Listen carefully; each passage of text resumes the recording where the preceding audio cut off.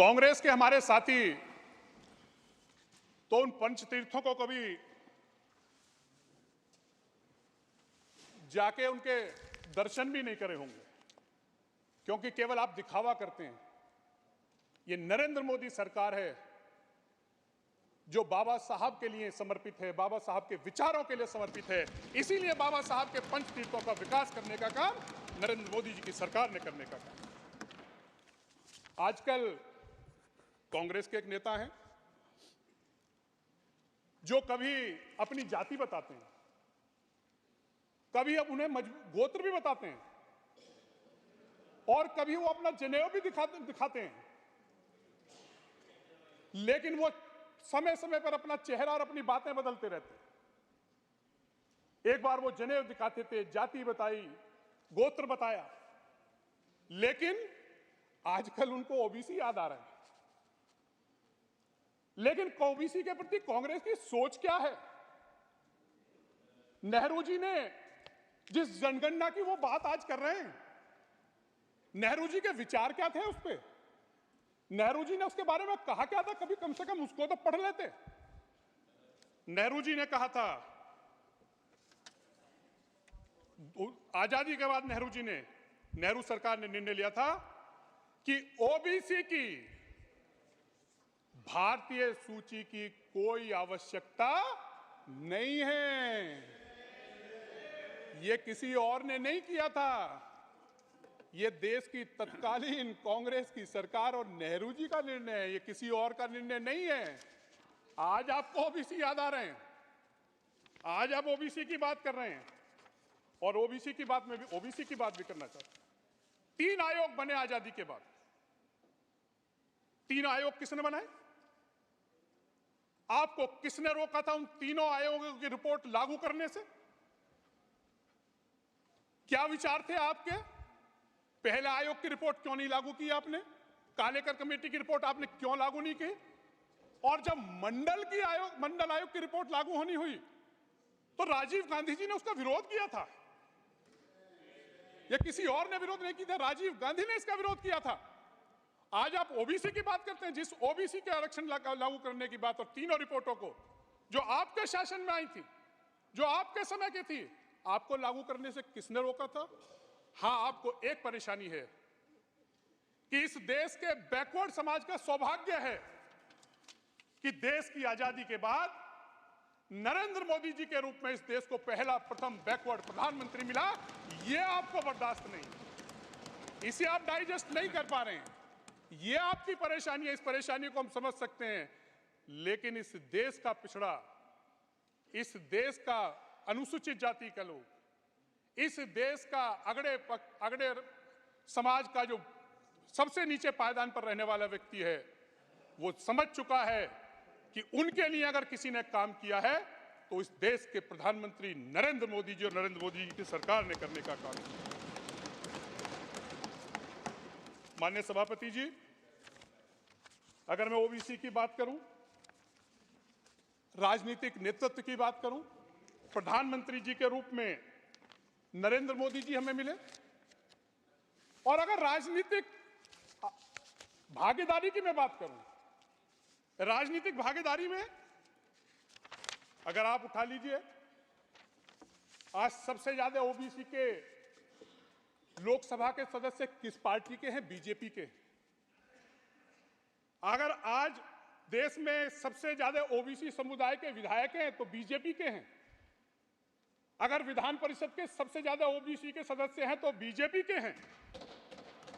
आज सबसे ज्यादा इस देश की आजादी के बाद मंत्री अगर बने ओबीसी के तो वो नरेंद्र मोदी जी की सरकार में बने। सबसे ज्यादा राजनीतिक हिस्सेदारी, जिसकी लड़ाई, जो बाबा साहब ने जिसके लिए संघर्ष किया, जो बाबा साहब को आपने हरवाने का काम किया, राजनीतिक हिस्सेदारी, राजनीतिक नेतृत्व तो आपने नहीं उभरने दिया, वो राजनीतिक हिस्सेदारी देने का काम ओबीसी के लोगों को नरेंद्र मोदी जी की सरकार ने, नरेंद्र मोदी जी की सरकार ने काम करने का। आपने क्या किया? नौकरी की तरफ ओबीसी एससी को नौकरी मिल जाए, आरक्षण की आप बात करते थे, जिसमें आपकी नीयत नहीं थी, नेहरू जी की भी नीयत नहीं थी। लेकिन नरेंद्र मोदी जी को बधाई देना चाहूंगा, इस देश के प्रधानमंत्री जी को। उन्होंने समाज के उस वर्ग को जो ओबीसी का सबसे पिछड़ा वर्ग है, जिसे हम विश्वकर्मा समाज कहते हैं, जो नाई, जो हमारा धोबी है, जो लोहार बढ़ई है, उस समाज, कुम्हार जो अपने हाथ से काम करता था, जिनके पास स्किल होता था, वो धीरे धीरे इस नौकरी के चक्कर में वो स्किल उनका खत्म हो गया। इस देश के प्रधानमंत्री ने समाज के उस वर्ग की चिंता करने का काम किया और विश्वकर्मा जैसी महत्वपूर्ण योजना उनके लिए लेकर आए, जिसमें उनको स्किल तो किया ही जाएगा, उनको साथ साथ उनको अपना व्यापार करने के लिए भी उनको संसाधन उपलब्ध कराए जाएंगे, उनको धनराशि उपलब्ध कराई जाएगी। ये इस देश के प्रधानमंत्री नरेंद्र मोदी जी की सोच है। माननीय सभापति जी, किसानों को लेके एक बड़ी योजना, पहले किसानों से पहले मैं आयुष्मान के अपने अनुभव जरूर शेयर करना चाहूंगा। सभापति जी, आप भी किसान पुत्र हैं, आपने भी गांवों में देखा होगा अपने समय। गांव में अगर अक्सर हमारे बहुत से लोगों का अनुभव होगा जो रूरल बैकग्राउंड से आते हैं, वहां जाकर जब किसी गरीब परिवार का व्यक्ति बीमार हो जाता है और उसके पास इलाज के लिए पैसे नहीं होते, तो वो एक काम करता है कि पहले तो ये करता है कि कहीं से पैसे उसको उधार मिल जाए। अगर उसको गांव में कोई उधार भी नहीं देता था तो फिर उसके बाद वो कर्ज लेता था, और जब गंभीर बीमारी हो जाती थी, लाइलाज हो जाता था, वो संभव नहीं हो पाता था, तो वो अपने मरीज को अपने घर लेकर जाता था धन के अभाव, और उसको समय का उसका इंतजार करता था। ये स्थिति हमारे गांवों में आम आदमी, गरीब आदमी की थी। ये पीड़ा थी इस देश की इस गरीब की इस पीड़ा को समझने का काम आयुष्मान योजना के माध्यम से देश के प्रधानमंत्री नरेंद्र मोदी जी ने किया, और आयुष्मान योजना लाकर इस देश में किसी भी गरीब परिवार के व्यक्ति को अब इलाज के लिए पैसे की जरूरत नहीं पड़ेगी। 5 लाख तक का इलाज फ्री देने का काम आयुष्मान योजना के माध्यम से देश के प्रधानमंत्री जी ने किया है। और सभापति जी, मुझे अभी ये विकसित भारत जो हमारी यात्रा थी उसमें जाने का मौका मिला, कुछ लाभार्थियों से मिलने का भी मुझे मौका मिला। मैं एक दो अनुभव बताकर अपनी बात समाप्त करना चाहूंगा। मैं एक महिला लाभार्थी से मिला। मैं महिला लाभार्थी से पूछा कि क्या तुम्हें लाभ मिला, क्या हुआ? उसने बताया कि मेरे घर में सांसद जी 5 लोगों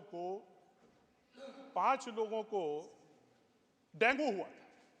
मैंने कहा हुआ क्या फिर उसके बाद? बोले हम तो इलाज कराने गए और हमें 1 पैसा भी नहीं देना पड़ा, 5 का इलाज फ्री हुआ। तो मैंने कहा इससे पहले क्या होता? बोले सांसद जी हम नहीं इतना अच्छा इलाज करा पाते अगर आयुष्मान कार्ड हमारे पास नहीं होता। और उन्होंने मंच से खड़े होकर इस देश के प्रधानमंत्री नरेंद्र मोदी जी का आभार व्यक्त करने का काम किया। मैं बहुत ज्यादा समय ले लेते हुए अंत में एक बात कहकर, दूर लोगों को पास करते हैं, काम हर एक खास करते हैं, मोदी नाम है उस इंसान का, साथ सबका विकास करते हैं। धन्यवाद।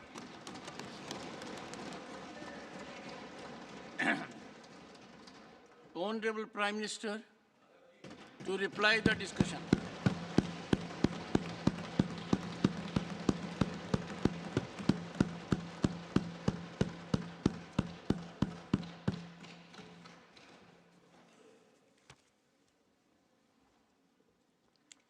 आदरणीय सभापति जी, मैं यहाँ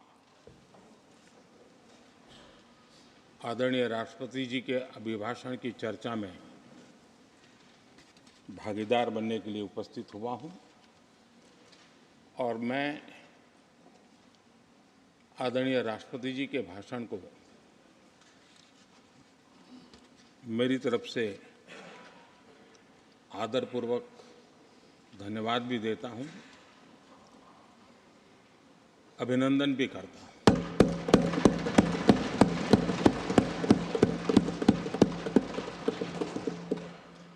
आदरणीय सभापति जी, ये 75वां गणतंत्र दिवस ये अपने आप में एक महत्वपूर्ण माइलस्टोन है और उस समय संविधान की यात्रा के इस महत्वपूर्ण पड़ाव पर राष्ट्रपति जी का भाषण, उसका एक ऐतिहासिक महत्व भी रहता है। और उन्होंने अपने भाषण में भारत के आत्मविश्वास की बात कही है, भारत के उज्जवल भविष्य के प्रति विश्वास को प्रकट किया है और भारत के कोटि कोटि जनों का जो सामर्थ्य है, उस सामर्थ्य को बहुत ही कम शब्दों में लेकिन बहुत ही शानदार तरीके से देश के सामने सदन के माध्यम से प्रस्तुत किया है। मैं राष्ट्रपति जी के इस प्रेरक उद्बोधन के लिए और राष्ट्र को दिशा निर्देश के लिए और एक प्रकार से विकसित भारत के संकल्प को सामर्थ्य देने के लिए हृदय से बहुत बहुत आभार व्यक्त करता हूं।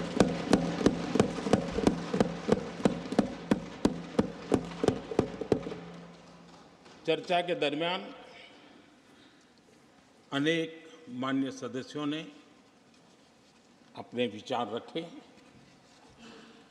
और चर्चा को समृद्ध करने का अपने अपने तरीके से प्रयास भी किया। इस चर्चा को समृद्ध करने के प्रयास करने वाले सभी आदरणीय साथियों का भी मैं हृदय से आभार व्यक्त करता हूं, अभिनंदन करता हूं।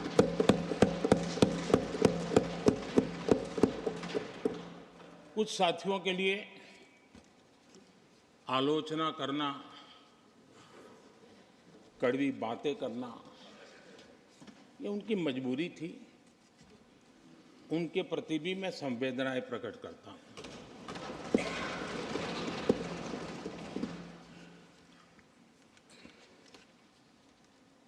मैं उस दिन तो कह नहीं पाया, लेकिन मैं खड़गे जी का विशेष आभार प्रकट करता हूं।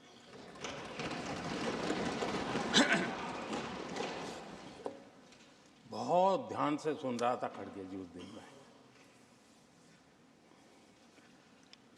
और ऐसा आनंद आया, ऐसा आनंद आया, ऐसा बहुत कम मिलता है।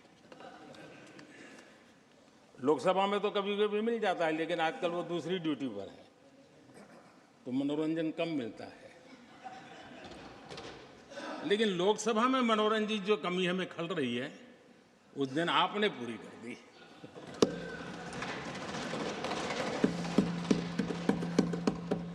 और मुझे प्रसन्नता इस बात की थी कि माननीय खड़गे जी काफी लंबा और बड़ी इम्तिहान वजह से शांति से बोल रहे थे। समय भी काफी लिया था। तो मैं सोच रहा था कि आजादी मिली कैसे, इतना सारा बोलने की आजादी मिली कैसे। तो मैं सोच तो रहा था, लेकिन बाद में मेरे ध्यान में आया कि दो स्पेशल कमांडर जो रहते हैं ना, उस दिन नहीं थे और आजकल नहीं रहते वो। और इसलिए बहुत भरपूर फायदा स्वतंत्रता का आदरणीय खड़गे जी ने उठाया।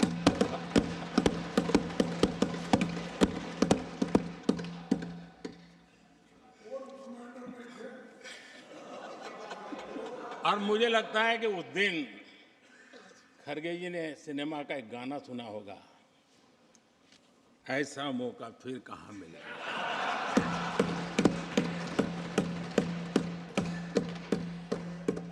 और खड़गे जी भी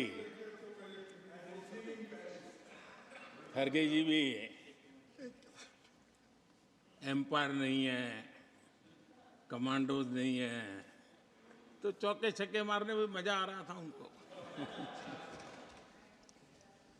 लेकिन एक बात खुशी की रही, उन्होंने जो 400 सीट एनडीए के लिए आशीर्वाद दिया था,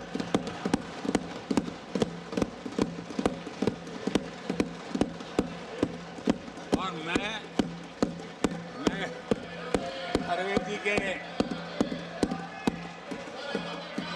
इन आशीर्वाद को, आपके आशीर्वाद मेरे सर आंखों पर, अब आपको आशीर्वाद वापिस लेना तो ले सकते हैं, क्योंकि एक खबर तो आ गए हैं।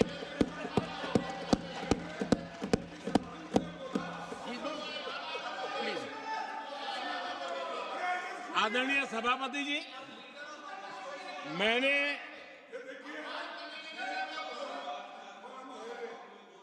आदरणीय सभापति जी, मुझे पिछले वर्ष का वो प्रसंग बराबर याद है। उस सदन में हम बैठते थे और देश के प्रधानमंत्री की आवाज को गला घोंटने का भरपूर प्रयास किया गया। हम बड़े धैर्य के साथ, बड़ी नम्रता के साथ आपके एक एक शब्द को सुनते रहे, और आज भी आप न सुनने की तैयारी के साथ आए हैं। आप न सुनने की तैयारी के साथ आए हैं, लेकिन मेरी आवाज को आप दबा नहीं सकते हैं।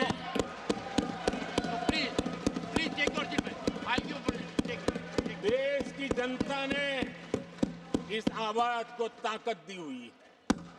देश की जनता के आशीर्वाद से आवाज निकल रही है, और इसलिए आपने पिछली बार, मैं भी इस बार पूरी तैयारी के साथ आया हूं। मैंने सोचा था कि उस वक्त कि शायद आप जैसे व्यक्ति सदन में आए हैं तो मर्यादाओं का पालन करेंगे, लेकिन पौने 2 घंटे तक क्या जुल्म किया था आप लोगों ने मुझ पर, और उसके बाद भी मैंने एक भी शब्दों की मर्यादाएं तोड़ी नहीं थी। आदरणीय सभापति जी, मैंने भी एक प्रार्थना की है, और प्रार्थना तो कर सकते हैं, और मैं तो करता रहता हूं।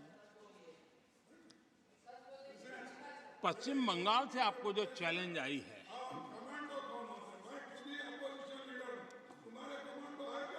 और पश्चिम बंगाल से चैलेंज आई है कि कांग्रेस 440 पार नहीं कर पाएगी, 40 पार नहीं कर पाएगी। मैं प्रार्थना करता हूं कि आप 40 बचा पाए।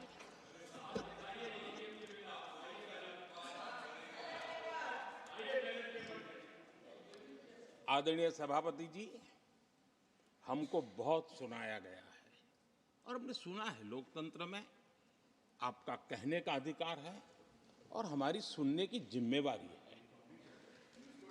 और आज जो भी बातें हुई हैं, उसको मुझे देश के सामने रखनी चाहिए, और इसलिए मैं प्रयास करूंगा। आदरणीय सभापति जी, ये जब सुनता हूं, उधर भी सुना, इधर भी सुना, मेरा विश्वास पक्का हो गया है कि ये पार्टी सोच से भी आउटडेटेड हो गई है।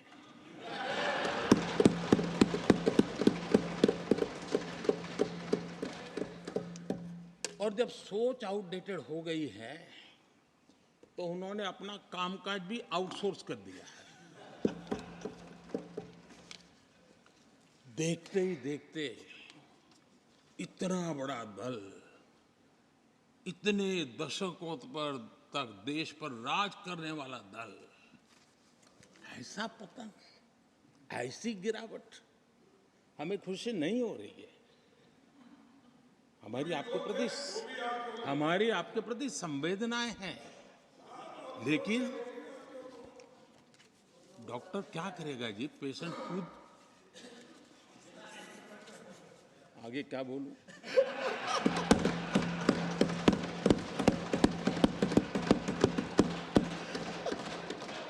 आदरणीय सभापति जी, ये बात सही है कि आज बहुत बड़ी बड़ी बातें होती हैं, सुनने की ताकत भी खो चुके हैं। लेकिन मैं तो देश के सामने बात रखने के लिए जरूर कहूंगा, जिस कांग्रेस ने सत्ता के लालच में सरेआम लोकतंत्र का गला घोंट दिया था, जिस कांग्रेस ने दर्जनों बार लोकतांत्रिक तरीके से चुन करके आई सरकारों को रातों रात भंग कर दी थी, बर्खास्त कर दिया, जिस कांग्रेस ने देश की संविधान लोकतंत्र की मर्यादाओं को जेल के सलाखों के पीछे बंद कर दिया था, जिस कांग्रेस ने अखबारों पर ताले लगाने तक की कोशिश की, आवाज, जो कांग्रेस देश को तोड़ने के नैरेटिव घड़ना का नया शौक उनको पैदा हुआ, इतना तोड़ा कम नहीं है, अब उत्तर दक्षिण को तोड़ने के लिए बयान दिए जा रहे हैं।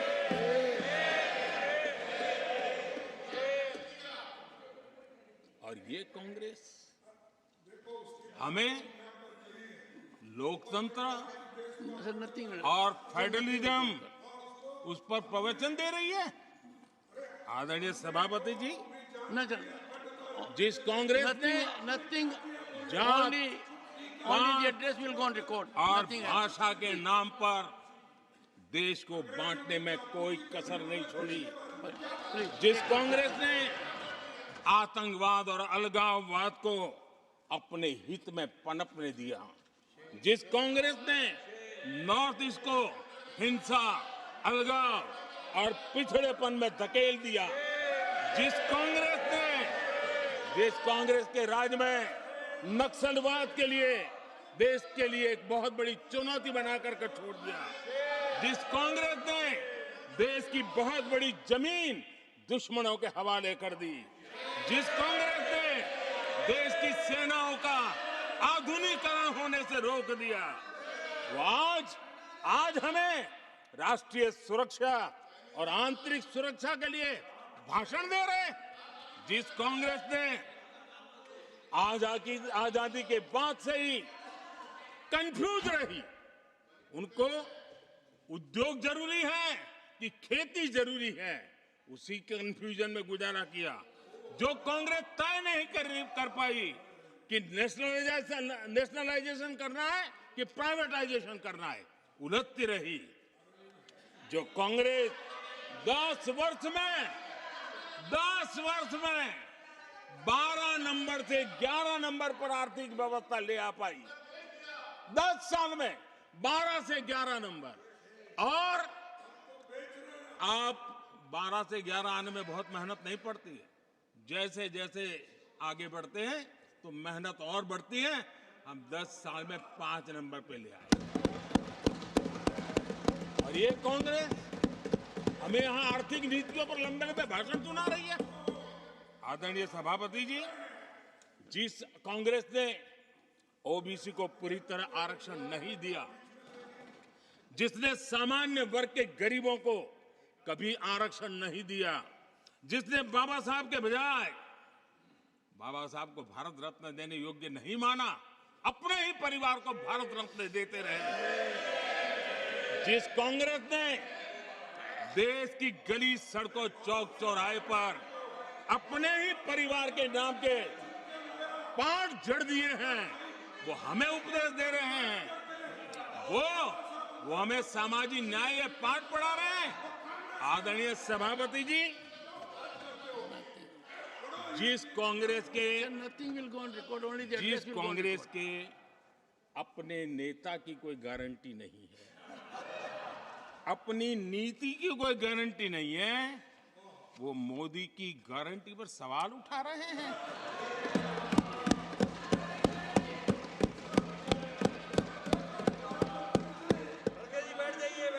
आदरणीय सभापति जी, आदरणीय सभापति जी, यहाँ एक शिकायत थी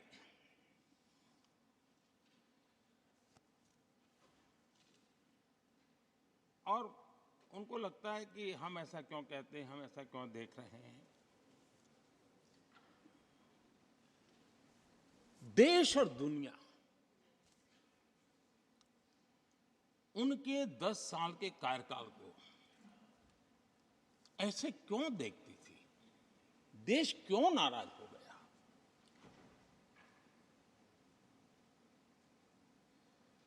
इतना गुस्सा देश को क्यों आया।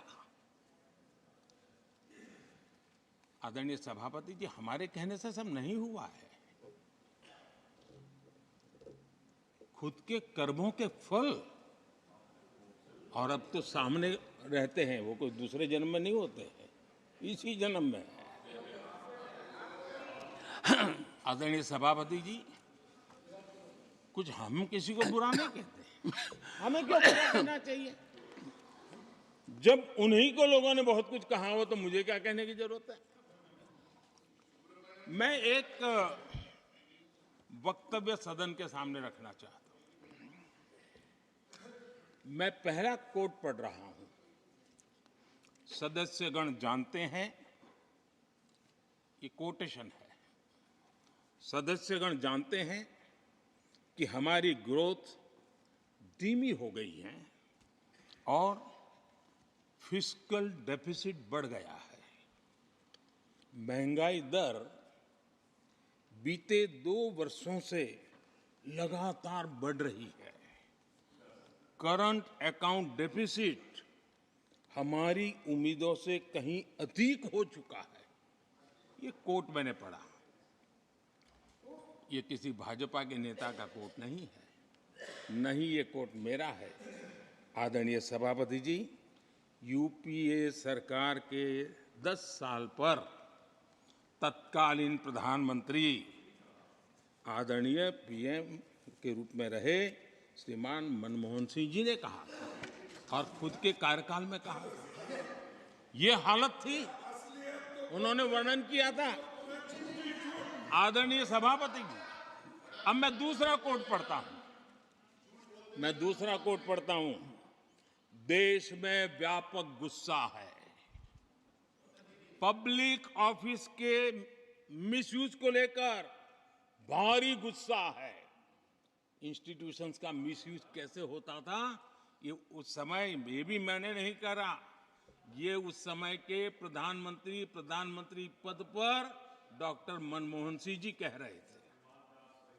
उस समय भ्रष्टाचार को लेकर पूरा देश सड़कों पर था, गली गली में आंदोलन चल रहे थे। अब मैं तीसरा कोट पढ़ूंगा।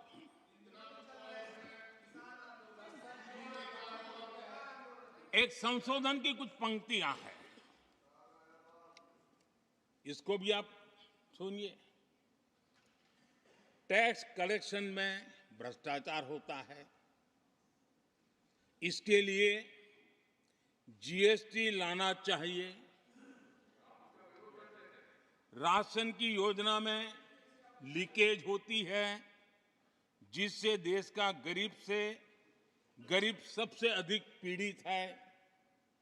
इसको रोकने के लिए उपाय खोजने होंगे।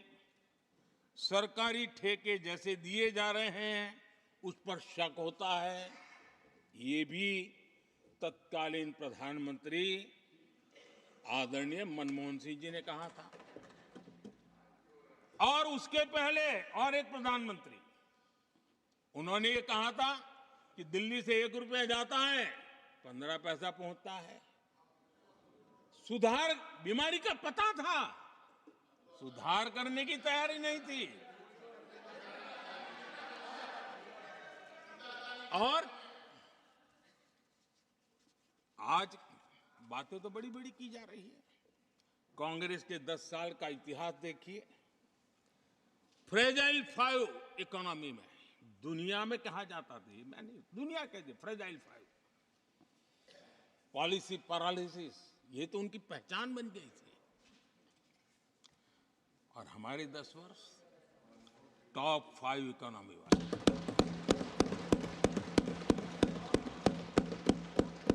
हमारे बड़े और निर्णायक फैसलों के लिए 10 साल याद किए जाएंगे। आदरणीय सभापति जी,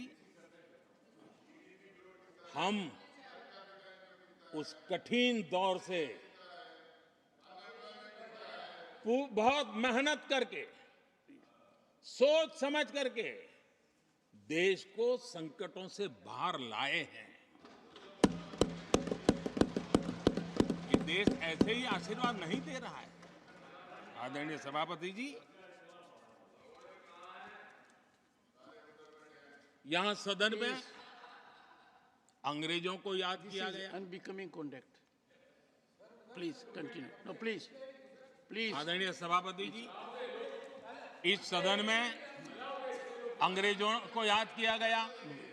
अब राजा महाराजाओं का तो अंग्रेजों के साथ गहरा नाता रहा था उस समय, तो अब मैं जरा पूछना चाहता हूं कि अंग्रेजों से कौन इंस्पायर्ड था।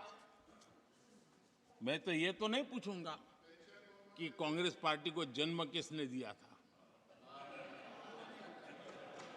ये तो मैं नहीं पूछूंगा। आजादी के बाद भी देश में गुलामी की मानसिकता को किसने बढ़ावा दिया?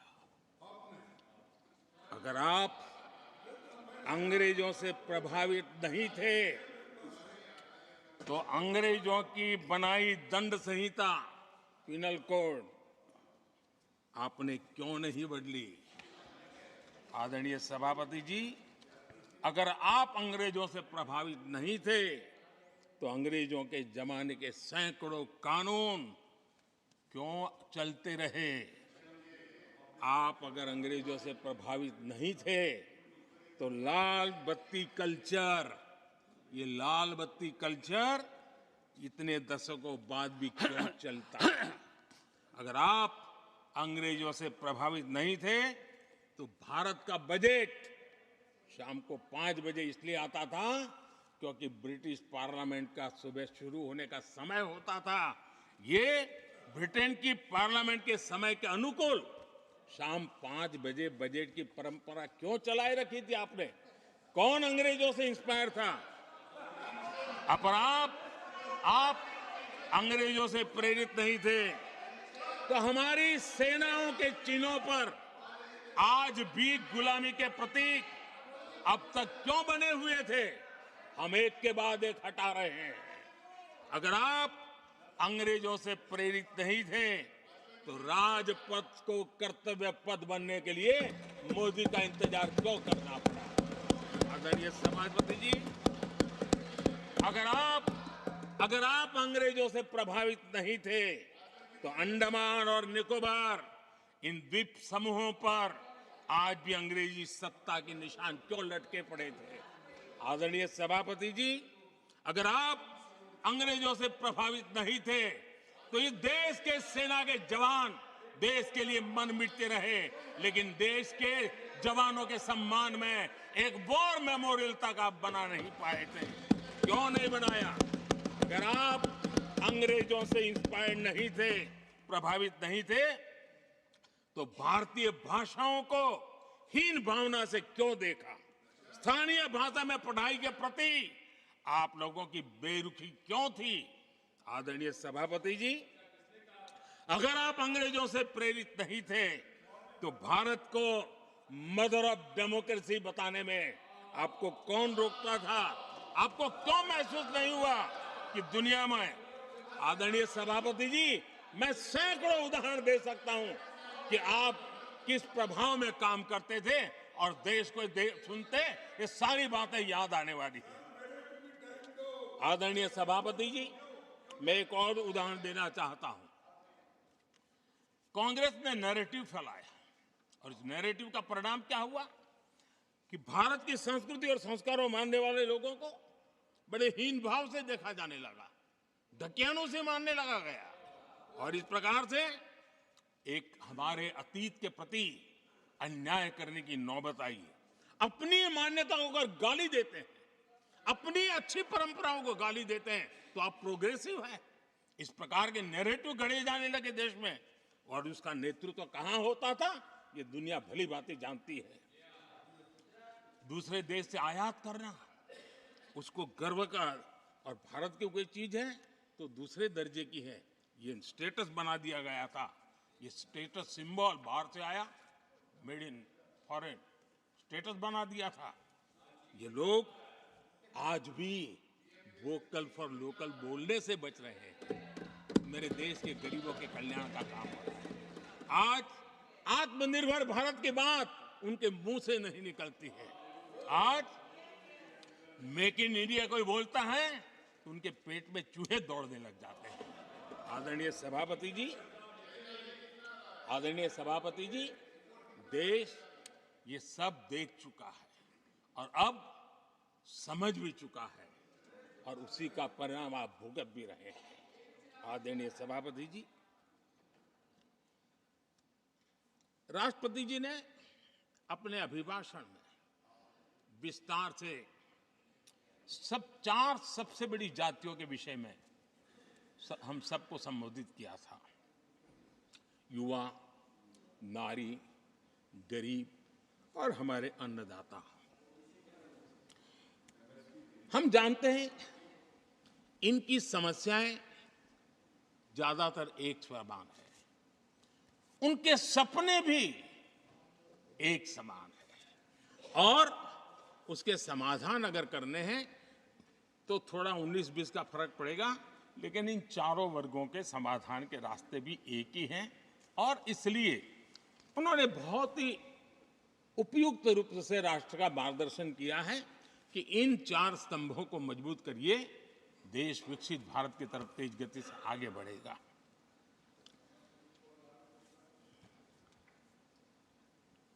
आदरणीय सभापति जी, अगर हम 21वीं सदी में हैं, हम विकसित भारत के सपने को इसी सदी में 2047 तक सिद्ध करना चाहते हैं, तो 20वीं सदी की सोच नहीं चल सकती। 20वीं सदी का स्वार्थी एजेंडा, मैं और मेरा वाला जो खेल है ना, वो 21वीं सदी में देश को समृद्ध नहीं, विकसित भारत नहीं बना सकता है। कांग्रेस इन दिनों काफी बातें हो रही जाति की, फिर से एक बार क्यों जरूरत पड़ गई उनको मैं तो नहीं जानता हूं, लेकिन अगर उनको जरूरत पड़ी है तो पहले जरा अपने गरिबान में झांके तो उनको पता चलेगा क्या किया है। दलित, पिछड़े और आदिवासी, कांग्रेस जन्मजात उनकी सबसे बड़ी विरोधी रही है।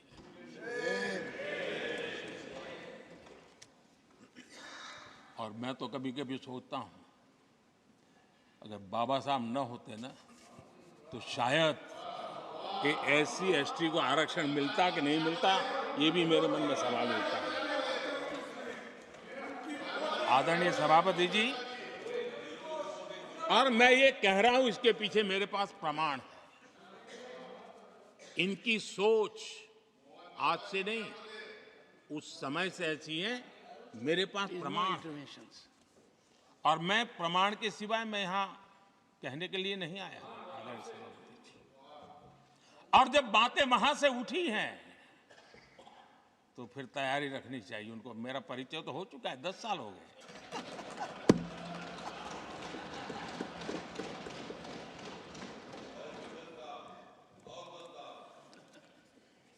एक बार, और मैं आदरपूर्वक नेहरू जी को इन दिनों ज्यादा याद करता हूं, क्योंकि हमारे साथियों की अपेक्षा रहती है कि जरा उनको तो बोलो, कुछ तो बोल रहा थे। अब देखिए, एक बार नेहरू जी ने एक चिट्ठी लिखी थी, और ये चिट्ठी मुख्यमंत्रियों को लिखी थी। मैं उसका अनुवाद पढ़ रहा हूं। उन्होंने लिखा था, ये देश के प्रधानमंत्री पंडित नेहरू जी द्वारा उस समय के देश के मुख्यमंत्रियों को लिखी गई चिट्ठी है, ऑन रिकॉर्ड है। मैं अनुवाद पढ़ता हूं। मैं किसी भी आरक्षण को पसंद नहीं करता और खासकर नौकरी में आरक्षण तो कतई नहीं। मैं ऐसे किसी भी कदम के खिलाफ हूं जो अकुशलता को बढ़ावा दे, जो दोयम दर्जे की तरफ ले जाए। ये पंडित नेहरू ने मुख्यमंत्रियों को लिखी हुई चिट्ठी है और तब जाकर के मैं कहता हूं ये जन्मजात इसके विरोधी है। नेहरू जी कहते थे अगर एससी, एसटी, ओबीसी को नौकरियों में आरक्षण मिला तो सरकारी काम का स्तर गिर जाएगा। और आज जो आंकड़े गिनाते हैं ना कि इतने यहां है, इतने यहां है, उसका मूल यहां है, क्योंकि उस समय उन्होंने रोक दिया था रिक्रूटमेंट ही मत करो। अगर उस समय सरकार में भर्ती हुई होती और वो प्रमोशन करते करते आगे बढ़ते तो आज यहां पर पहुंचते। सभापति जी, ये कोर्ट में पढ़ रहा हूं, आप वेरीफाई कर सकते हैं। मैं पंडित नेहरू का कोर्ट पढ़ रहा हूं।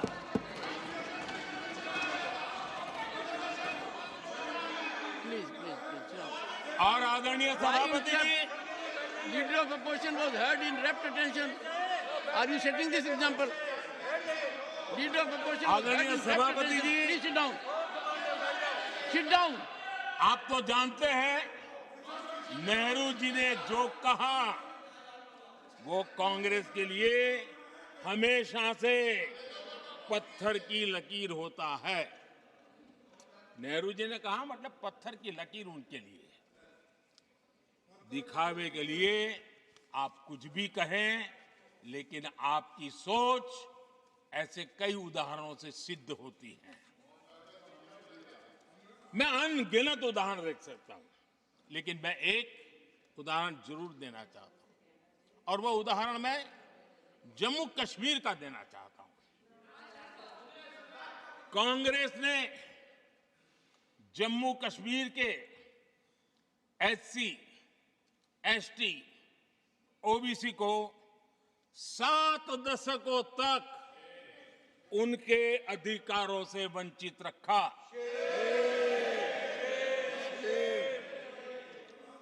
आर्टिकल 370 मैं हम कितनी जीतेंगे उसकी बात अभी नहीं कर रहा हूं। आर्टिकल 370 को निरस्त किया, तब जाकर के इतने दशकों के बाद एसटी, एसटी, ओबीसी को वो अधिकार मिले जो देश के लोगों को बरसों से मिले हुए थे, उसको रोक के रखा था। जम्मू कश्मीर में फॉरेस्ट राइट्स एक्ट उनको प्राप्त नहीं था। जम्मू कश्मीर में प्रिवेंशन ऑफ एट्रोसिटी एक्ट नहीं था। ये हमने 370 हटाकर ये अधिकार उनको दिए। हमारे एससी समुदाय में भी सबसे पीछे पीड़ित कोई रहा तो हमारा वाल्मीकि समाज रहा, लेकिन हमारे वाल्मीकि परिवारों को भी 7 दशक के बाद भी जम्मू कश्मीर में रहे लोगों की सेवा करते रहे, लेकिन डोमिसाइल का अधिकार नहीं दिया गया। ये है। और मैं आज देश को भी अवगत करना चाहता हूं कि स्थानीय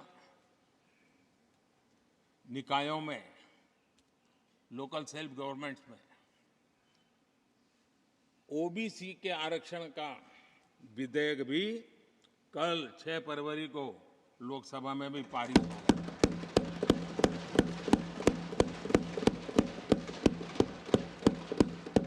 आदरणीय सभापति जी,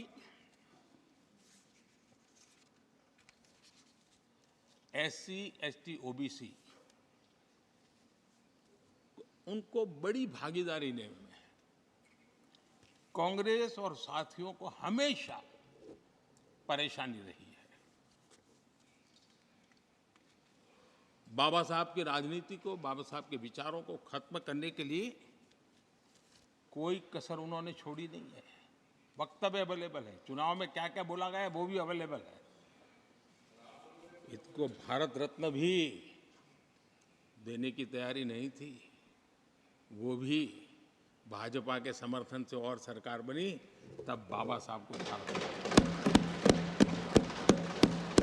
इतना ही नहीं, सीताराम केसरी अति पिछड़ी जाति से कांग्रेस पार्टी के अध्यक्ष उठा करके फुटपाथ पर फेंक दिया गया। ओबीसी, वो वीडियो अवेलेबल है, वो देश ने देखा सीताराम केसरी के साथ क्या हुआ। और आदरणीय सभापति जी, इनके एक मार्गदर्शक अमेरिका में बैठे हैं। सभापति जी, इनके एक मार्गदर्शक अमेरिका में बैठे हैं। Sir, only the address will go on record. जो Please. Only address, no. पिछले चुनाव में हुआ तो हुआ के लिए फेमस हो गए थे और कांग्रेस इस परिवार के काफी करीबी है। उन्होंने अभी संविधान निर्माता बाबा साहब आम्बेडकर के उनके योगदान को छोटा करने का भरपूर प्रयास।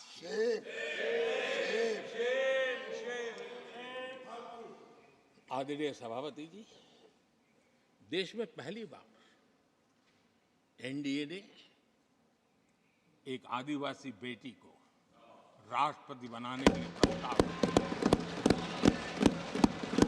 उनको उम्मीदवार बनाया।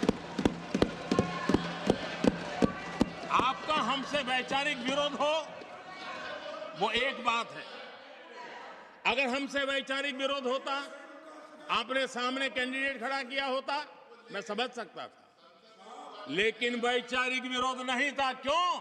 क्योंकि हमारे यहां से गया हुआ व्यक्ति आपने उम्मीदवार बनाया, इसलिए वैचारिक विरोध नहीं था। आपका विरोध एक आदिवासी बेटी के लिए था और इसलिए आपने, और ये जब सांगमा जी चुनाव लड़ रहे थे, वो भी एक आदिवासी थे, उनके साथ भी यही किया गया था।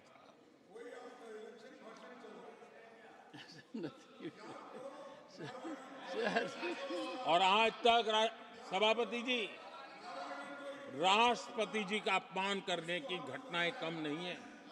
पहली बार इस देश में हुआ है। उनके जिम्मेवार लोगों के मुंह से ऐसी ऐसी बातें निकली है, शर्म से माथा झुक जाए। राष्ट्रपति के लिए ऐसी भाषा बोली गई है, मन में जो कसक पड़ी है ना, वो कहीं न कहीं इस प्रकार से निकलते रहती है।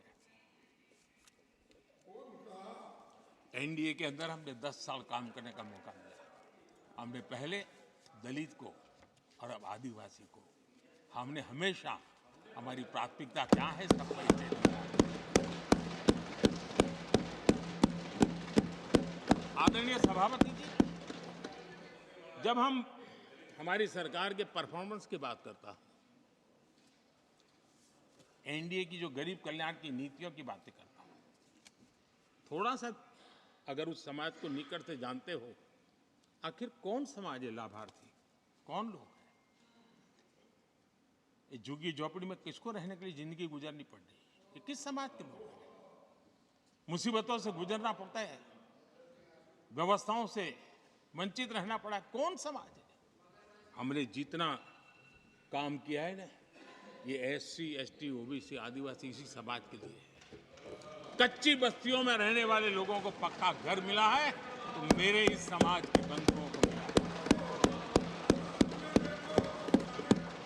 स्वच्छता के अभाव में हर वर्ग बीमारी से जूझना पड़ता था, उनको Sir, running स्वच्छ committee भारत from अभियान you. का लाभ देने का काम सभापति जी हमारी योजनाओं के तहत मिला है, ताकि उसको अच्छी जिंदगी जीने का अवसर मिला।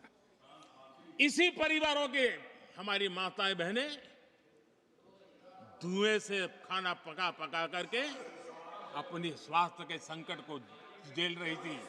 हमने उनको उज्ज्वला गैस दिया, वो इन्हीं परिवारों को। मुफ्त राशन हो, मुफ्त इलाज हो, इसके लाभार्थी यही मेरे परिवार हैं, जो समाज के इस वर्ग के मेरे परिवारजन हैं, जिनके लिए हमारी सारी योजनाएं काम कर रही है। आदरणीय सभापति जी, यहां पर कुछ ऐसा नैरेटिव रखा गया, कम से कम तथ्यों को इस प्रकार से नकारना किसका भला होगा? आप ऐसा करके अपनी क्रेडिबिलिटी भी खो रहे हैं, अपनी प्रतिष्ठा भी खो रहे हैं। आदरणीय सभापति जी, यहां शिक्षा के भ्रामक आंकड़े रखे गए, गुमराह करने का कैसा प्रयास होता है। पिछले 10 वर्ष में SC ST स्टूडेंट्स के लिए जो स्कॉलरशिप दी जाती है, 10 साल में उसकी वृद्धि हुई है।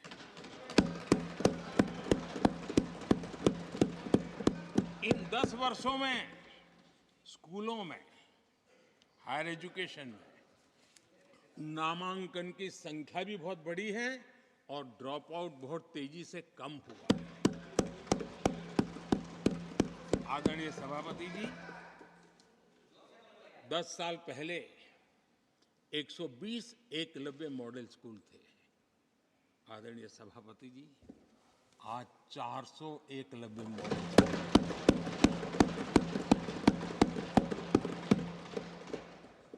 आप इन चीजों को क्यों नकारते हैं, क्यों ऐसा करते हैं, मुझे समझ नहीं आता। सभापति जी, पहले एक सेंट्रल ट्राइबल यूनिवर्सिटी थी, आज 2 सेंट्रल ट्राइबल यूनिवर्सिटीज हैं।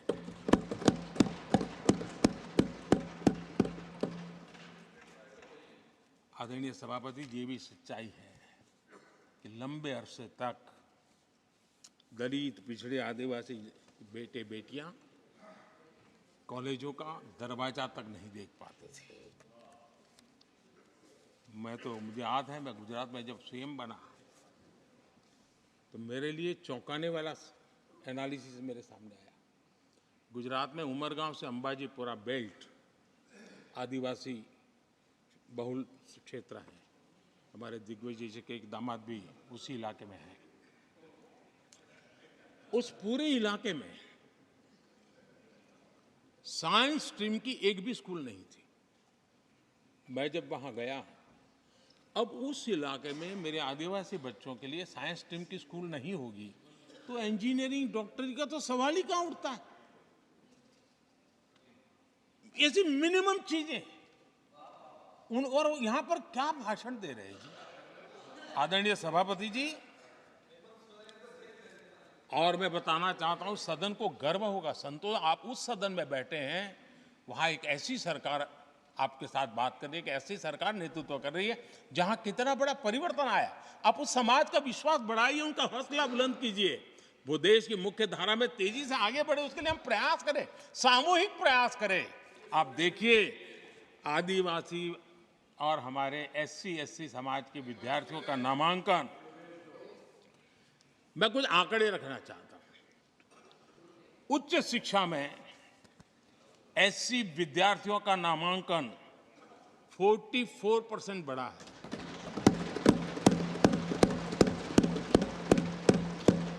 उच्च शिक्षा में ST विद्यार्थियों का नामांकन 65% बढ़ा है। हायर एजुकेशन में OBC समाज के विद्यार्थियों का नामांकन में 45% बढ़ोतरी, और जब मेरे गरीब, दलित, पिछड़े, आदिवासी, वंचित उन परिवार के बच्चे हायर एजुकेशन में जाएंगे, डॉक्टर बनेंगे, इंजीनियर बनेंगे, उस समाज के अंदर एक नया वातावरण पैदा होगा और उस दिशा में हमारी कोशिश यही है कि मूलभूत समस्याओं का समाधान करने के लिए थोड़ा समय लगे लेकिन मजबूती से काम करें और इसलिए हमने एजुकेशन पर इस प्रकार से बल दे के काम किया है। कृपा करके जानकारियों का अभाव है तो कहीं हम जानकारियां दे देंगे लेकिन ऐसे नैरेटिव मत बनाइए ताकि आपकी प्रतिष्ठा भी कम हो, आपके शब्द की ताकत खत्म हो जाए। आप पर दया आ जाती है कभी कभी।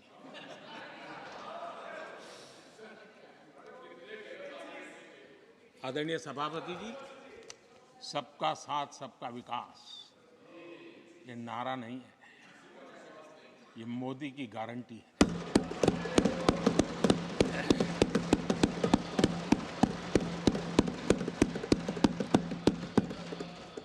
और जब इतने सारे काम करते हैं, मुझे किसी ने कविता लिख करके भेजी थी।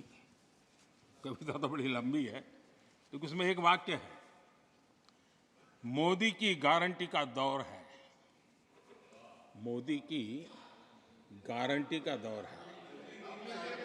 नए भारत की भोर, नए भारत की भोर, आउट ऑफ वारंटी चल रही दुकानें, आउट ऑफ वारंटी चल रही दुकानें, खोजे अपनी ठोर।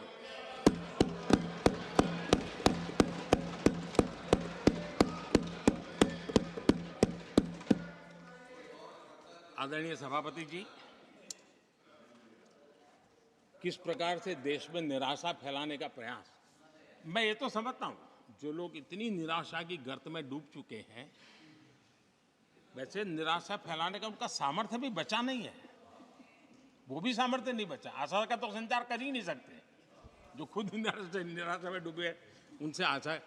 लेकिन देश में हर जगह जहां बैठो वहां निराशा निराशा निराशा फैलाने का जो खेल चल रहा है और सच्चाई को नकार करके हो रहा है, वो न खुद का भला कर पाएंगे न देश का भला कर पाएंगे। आदरणीय सभापति जी, हर बार एक ही गाना गाया जाता है, समाज के कुछ वर्गों को भड़काने के लिए बिना हकीकतों को ऐसे वाक्य बोल दिए जाते हैं।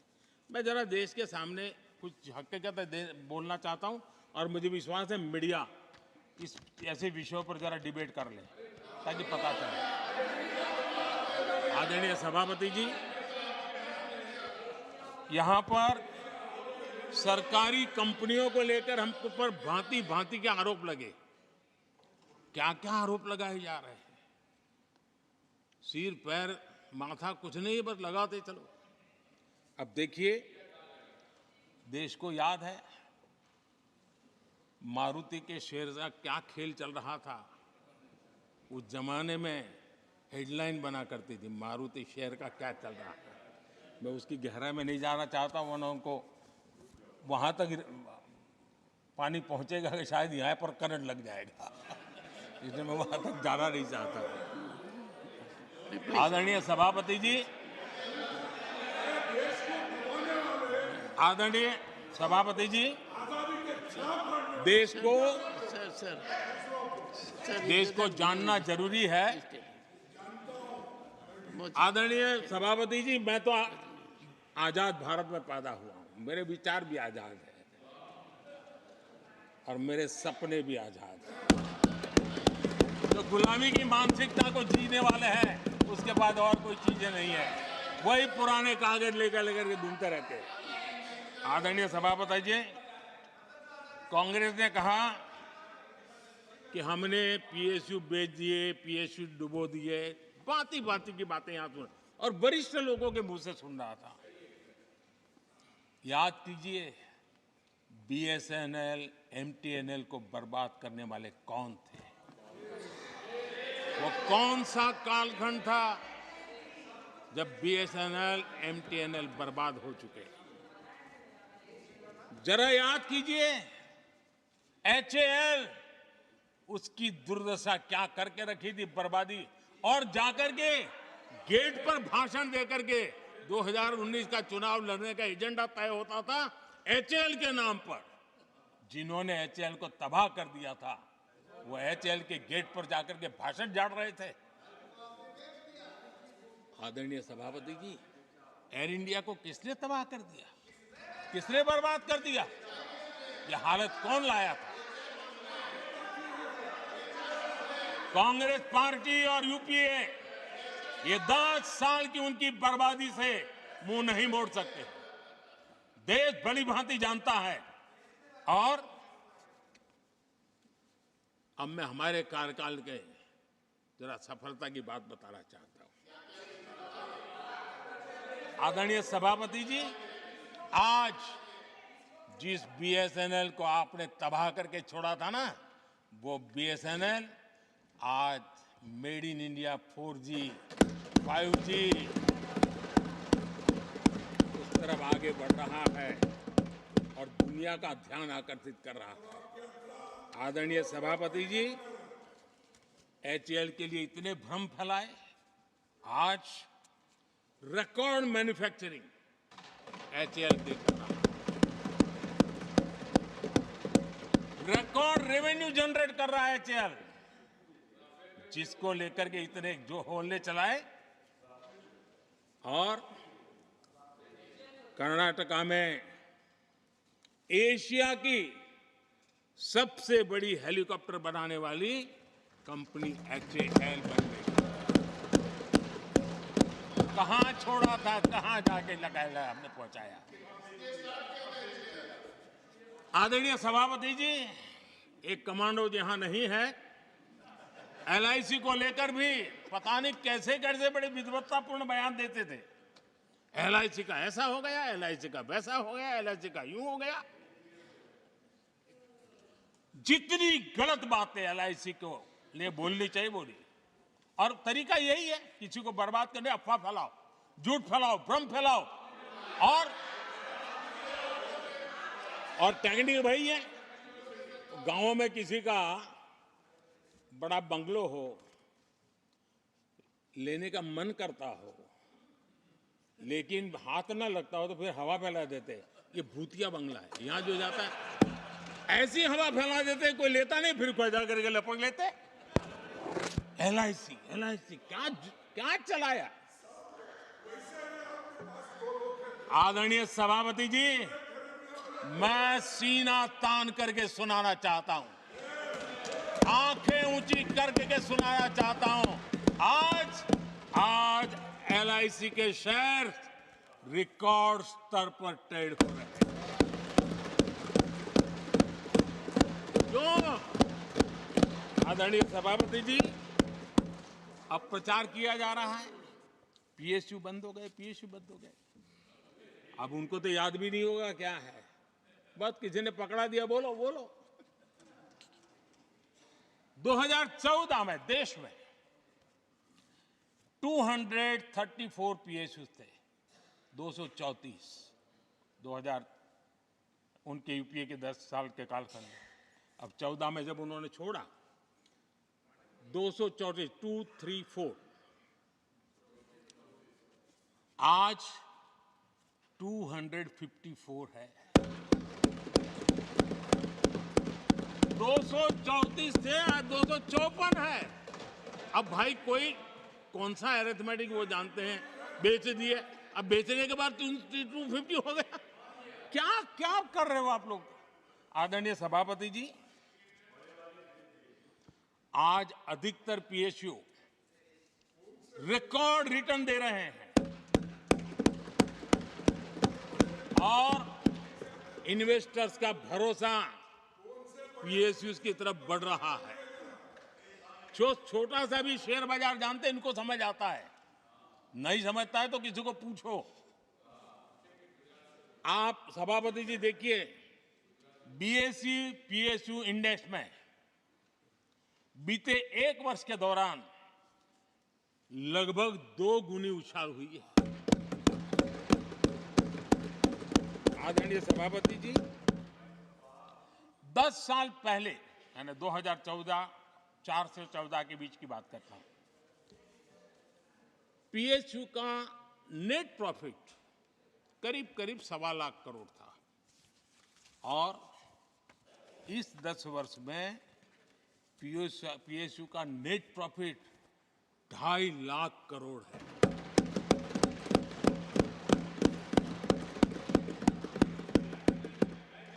दस वर्ष में, हमारे 10 वर्ष में पीएसयू की नेट वर्थ 9.5 लाख करोड़ से बढ़कर के 17 लाख करोड़ हो गई है।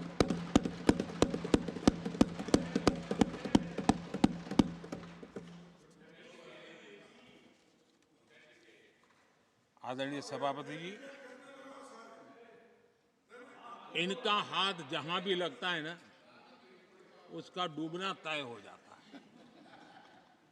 और उससे यही दशा करके उन्होंने छोड़ी थी। हम मेहनत करके इतनी बाहर लाए, इतनी प्रतिष्ठा बढ़ी है। आपको खुशी होनी चाहिए, भ्रम मत फैलाइए, बाजार में हवा ऐसी न फैलाइए कि देश के सामान्य निवेशक के मन को उलझन में आ जाए। ऐसा काम आप नहीं कर सकते। आदरणीय सभापति जी,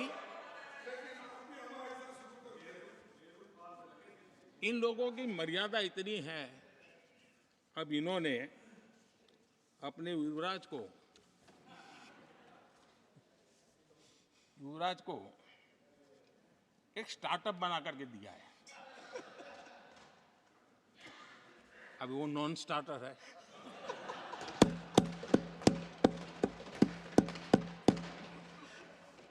न तो वो लिफ्ट हो रहा है, न वो लॉन्च हो रहा है।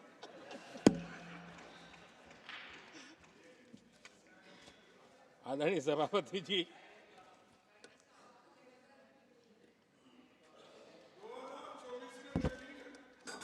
आप पिछली बार भी इतनी शांति से रहे हो तो कितना मजा आता।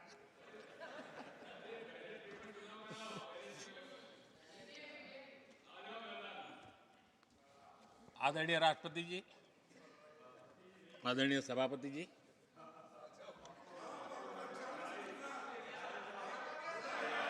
बधाई हो, बधाई हो, बधाई हो, सबको बधाई हो। आदरणीय सभापति जी, मेरा सौभाग्य रहा कि मुझे लंबे समय तक एक राज्य के मुख्यमंत्री के नाते देश की और जनता की सेवा करने का अवसर मिला। और इसलिए मैं रीजनल एस्पिरेशंस को बहुत भली भांति समझता हूं, क्योंकि मैं उस प्रोसेस से निकला हूं। जैसे हमारे यहाँ दिग्विजय जी, उनको भली भांति सहज समझ आता है भी एक राज्य के लिए क्या होता है। हम लोग उसी दुनिया से निकल करके आए हैं, तो हमें अनुभव है, पता है। शरद राव जी को है, तो ऐसे कुछ लोग हैं यहाँ जिनको ये सारी चीज़ों का पता है। देवगढ़ा साहब है, तो इन लोगों के इन सारी चीज़ों का पता है, तो हम इसका महात्मा ही समझते हैं। हमें कोई किताबों में नहीं पढ़ना पड़ता है, हम अनुभव कर करके आए हैं। और ये भी सच्चाई है साहब, 10 साल यूपीए की पूरी शक्ति गुजरात को क्या कुछ न करने में लगी हुई थी, आप कल्पना नहीं कर सकते। लेकिन मैं आंसू नहीं बहाता, मैं रोने की मेरी आदत नहीं है जी। लेकिन तब भी उतने संकटों के बावजूद भी, उतने जुल्म के बाद भी, हर प्रकार की मुसीबतों को झेलते हुए भी, मेरी तो मुसीबत ऐसी थी कि यहाँ किसी मिनिस्टर से मुझे अपॉइंटमेंट नहीं मिलती थी।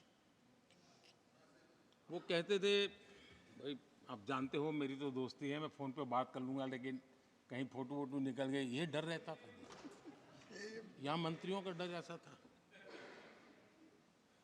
अब खैर उनकी मुसीबतें मैं समझ सकता हूँ। मेरे यहाँ एक बार बहुत प्राकृतिक आपदा आई। मैंने उस समय प्रधानमंत्री जी को बड़ा रिक्वेस्ट किया कि आप आइए, एक बार जरा देख लीजिए। उनका कार्यक्रम बना, फिर साहब एक एडवाइजरी कमेटी बनी थी ना, शायद वहाँ से हुक्म आया, तो कोई हेलीकॉप्टर से हवाई निरीक्षण करे वो तो मैं समझ सकता हूँ। साहब वो कार्यक्रम बदल करके साउथ में किस राज्य में गए तो मुझे याद नहीं रहा आज, और बोले हम हवाई जहाज से ऊपर से देख लेंगे, हम गुजरात में नहीं आएंगे। मैं सूरत पहुंचा हुआ था, वो आने वाले थे, मैं जानता हूं आखिर में क्या हुआ होगा। तो आप कल्पना कर सकते हैं साहब, प्राकृतिक आपदा में भी मैंने ऐसी मुसीबतों को झेला है, लेकिन उसके बावजूद भी उस समय भी मेरा मंत्र था, आज भी मेरा मंत्र है कि देश के विकास के लिए राज्य का विकास, भारत के विकास के लिए गुजरात का विकास, और हम सबको इसी रास्ते पर चलना चाहिए। हम राज्यों का विकास से ही राष्ट्र का विकास कर पाएंगे। इस पे कोई विवाद नहीं हो सकता है, कोई विवाद नहीं हो सकता है।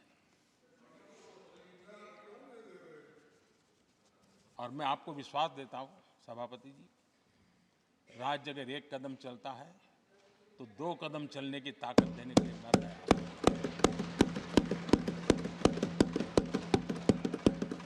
कोऑपरेटिव फेडरलिज्म क्या होता है, और मैंने तो हमेशा कहा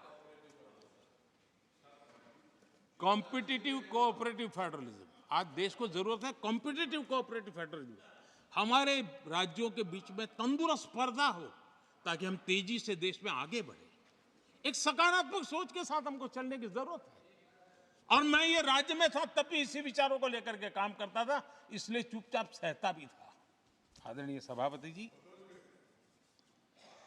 कोविड एक उदाहरण है। इतना बड़ा संकट आया दुनिया का,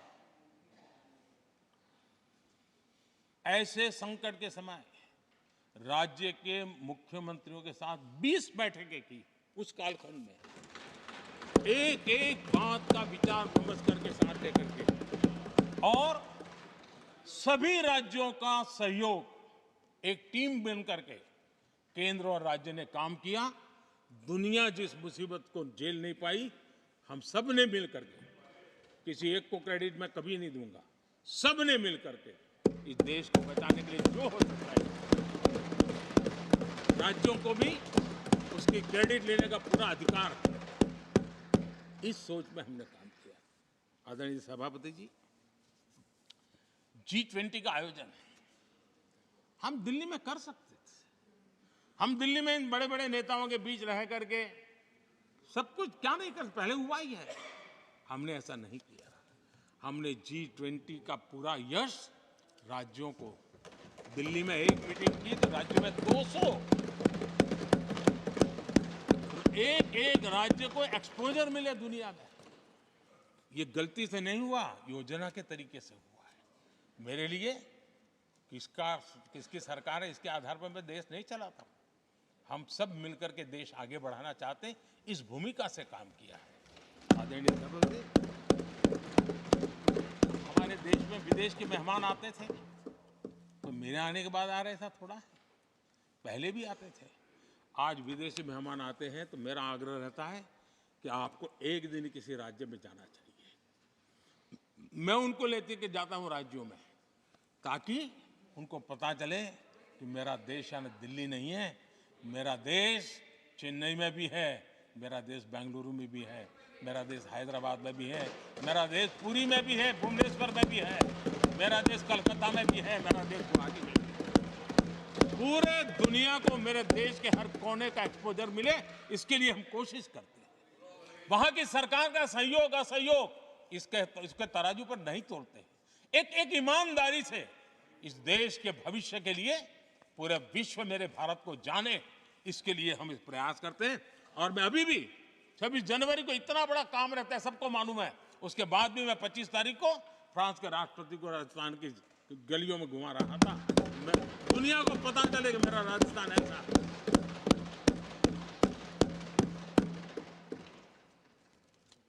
आदरणीय सभापति जी, हमने एक बहुत बड़ा कार्यक्रम लिया जिसकी विश्व में एक मॉडल के रूप में चर्चा हो रही है, एस्पिरेशनल डिस्ट्रिक्ट। एस्पिरेशनल डिस्ट्रिक्ट की जो सफलता है ना, उसमें 80% भूमिका मेरे राज्यों के सहयोग की है। राज्यों ने जो सहयोग किया है, उन्होंने एस्पिरेशनल डिस्ट्रिक्ट की मेरी भावना को समझा है। आज उस एस्पिरेशनल डिस्ट्रिक्ट को आगे बढ़ाने के लिए 80% ताकत राज्यों से मिल रही है, डिस्ट्रिक्ट लेवल के अफसरों से मिल रही है। और जो राज्य, वो राज्य की औसत में भी आखिरी पायदान पे खड़े थे, वो आज नेशनल एवरेज के साथ कंपटीशन करने लगे। ये डिस्ट्रिक्ट कभी पिछड़ी डिस्ट्रिक्ट मानी जाती थी। ये सबके सहयोग से हो रहा है। और इसलिए हमारे कार्यक्रमों की रचना ही सबको साथ लेकर के चलने की है और मिल करके देश के भविष्य को बनाने की है। आज देश का हर कोना, हर परिवार विकास के फल प्राप्त करे, ये हम सबका दायित्व है और हम उसी दिशा में जाना चाहते हैं। हम हर राज्य को उसका पूरा हक भी देना चाहते हैं। लेकिन मैं आज एक अहम मुद्दे पर मेरी पीड़ा व्यक्त करना चाहूंगा। आदरणीय सभापति जी, एक राष्ट्र हमारे लिए सिर्फ जमीन का टुकड़ा नहीं है, हम सबके लिए एक इकाई ऐसी है जो प्रेरणा देने वाली इकाई है। जैसे शरीर होता है, शरीर में जैसे अंगांगी भाव होता है, अगर पैर में कांटा लगे तो पैर ये नहीं कहता है, हाथ कभी नहीं सोचता है कि मुझे क्या, पैर को कांटा लगा है, पैर पैर का काम करेगा। पल भर में हाथ पैर के पास पहुंच जाता है, कांटा निकालता है। कांटा पैर को लगता है, आंख ये नहीं कहती कि आंसू मैं क्यों बहाऊं, आंसू आंख से निकलते हैं। हिंदुस्तान के किसी भी कोने में दर्द हो तो पीड़ा सबको होनी चाहिए। अगर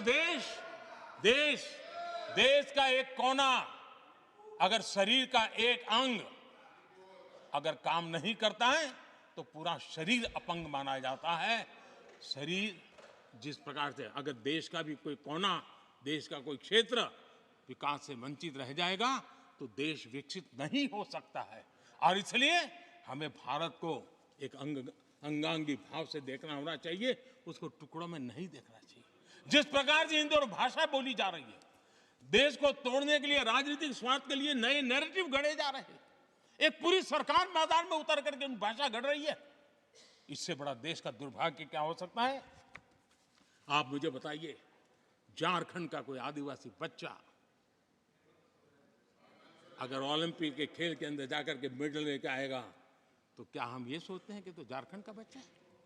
पूरा देश कहता है हमारा देश है। जब एक झारखंड का बच्चे में प्रतिभा देखते हैं और देश हजारों करोड़ रुपया, हजारों लाखों रुपया खर्च करके उसको अच्छे कोचिंग के लिए दुनिया के किसी देश में भेजता है, तो हम ये सोचेंगे कि खर्चा झारखंड के लिए हो रहा है, क्या देश के लिए नहीं हो रहा है? हम क्या करने लगे हैं, क्या भाषा बोलने लगे? इस देश का गौरव, हमारे यहां वैक्सीन, देश के करोड़ों लोगों को वैक्सीन का, हम ये कहेंगे वैक्सीन तो उस कोने में बनी थी इसलिए हक उनका है, देश को नहीं मिल सकती? कैसा सोच सकते हैं? क्या वैक्सीन उस शहर में बनी थी इसलिए देश के और भागों को इसका लाभ नहीं मिलेगा? ये सोचेंगे क्या? क्या सोच बन गई है? और एक राष्ट्रीय दल के अंदर से ऐसे विचार है, ये बहुत बहुत दुखद की बात है। मैं पूछना चाहता हूं आदरणीय सभापति जी, क्या अगर हिमालय कल कहना शुरू कर दें, हिमालय कल बोलना शुरू कर दें कि नदियां मेरे हाथ से बहती हैं, मैं तुम्हें पानी नहीं दे दूंगा, पानी का अधिकार मेरा है, देश का क्या होगा? देश कहां जाकर के रुकेगा? अगर जिन राज्यों में कोयला है वो कह दें कोयला नहीं मिलेगा, ये हमारी संपत्ति है, जाओ तुम अंधेरे में गुजारा करो, देश कैसे चलेगा? आदरणीय सभापति जी, ऑक्सीजन, कोविड के समय हमारे यहां ऑक्सीजन की संभावनाएं, पूर्वी कार्य में जो उद्योग है उसके साथ देश के पूरे देश को ऑक्सीजन की जरूरत थी। अगर उस समय पूरब के लोग कह करके बैठ जाते ऑक्सीजन को हम नहीं दे सकते, हमारे लोगों की जरूरत है, देश को कुछ नहीं मिलेगा, क्या होता देश का? उन्होंने संकट झेल करके भी देश को ऑक्सीजन पहुंचाया। देश के अंदर ये भाव तोड़ने का क्या प्रयास हो रहा है? क्या इस प्रकार से देश को हमारा टैक्स, हमारे मनी किस भाषा में बोला जा रहा है? ये देश के भविष्य के लिए नया खतरा पैदा करने वाली बात है।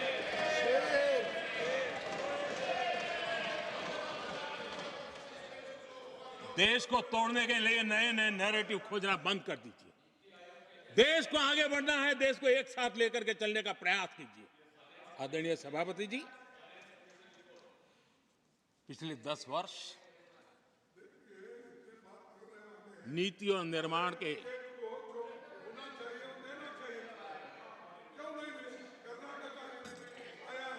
आदरणीय सभापति जी, Sir, nothing will, sir, आदरणीय सभापति जी, nothing will go on record.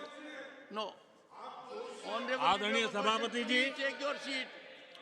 नीति और निर्माण, This conduct doesn't suit your ये position. नए भारत की नई दिशा दिखाने के लिए Please, take your seat. जो दिशा हमने पकड़ी Please है, take your seat, sir. जो निर्माण कार्य हमने लिए हैं, बीते एक दशक में हमारा पूरा फोकस बेसिक सुविधाएं जरूर मिले उस पर हमारा ध्यान केंद्रित रहा है। आदरणीय सभापति जी, हर परिवार का जीवन स्तर ऊपर उठे, उसके जीवन में ईज ऑफ लिविंग बढ़े। अब समय की मांग है उसकी क्वालिटी ऑफ लाइफ में हम कैसे सुधार लाए।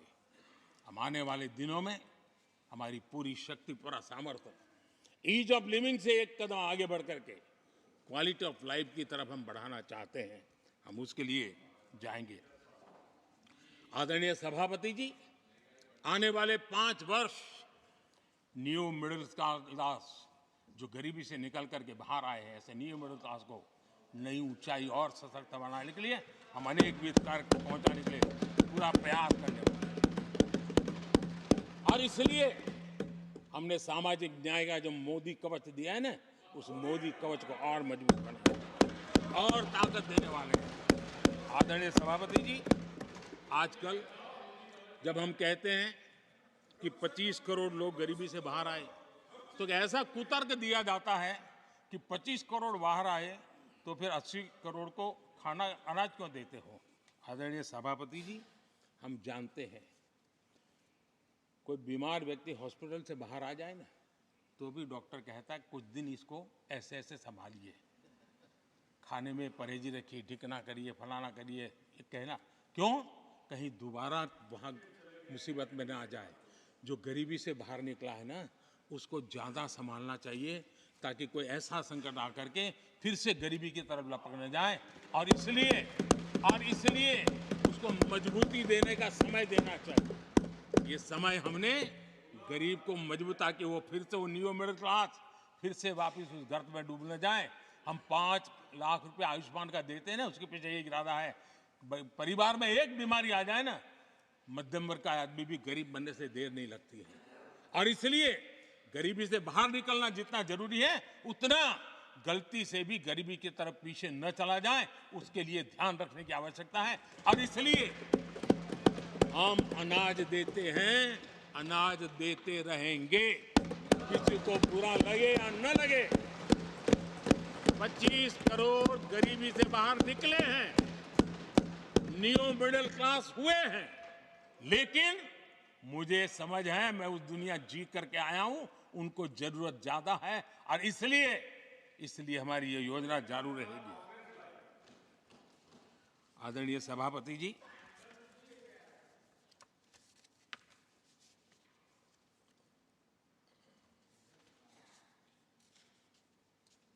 देश जानता है आदरणीय सभापति जी, और इसीलिए मैंने गारंटी दी है।